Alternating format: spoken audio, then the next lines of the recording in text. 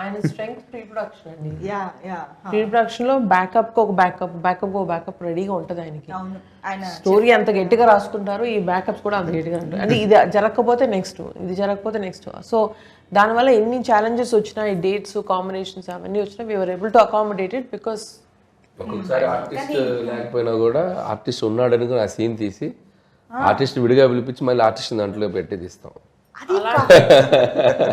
అది comedy space లో ఎలా వర్కౌట్ అవుతుంది అనిల్ గారు? అదే తప్పదు ఇక ఆర్ట్ సిచ్యువేషన్ లో అంటే ఇప్పుడు ఓకే సంథింగ్ యాక్షనో డ్రామానో లేదా సీరియస్ దో అంటే మేబీ ఏమో అనుకోవచ్చు.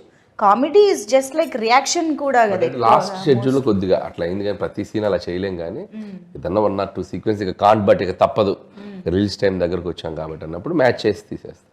నో మనకి విఎఫ్ఎక్స్ వచ్చింది కాబట్టి అండ్ ఎక్స్పీరియన్స్ ఆర్టిస్టులు కాబట్టి ఇబ్బంది లేదు. చెప్పాలి.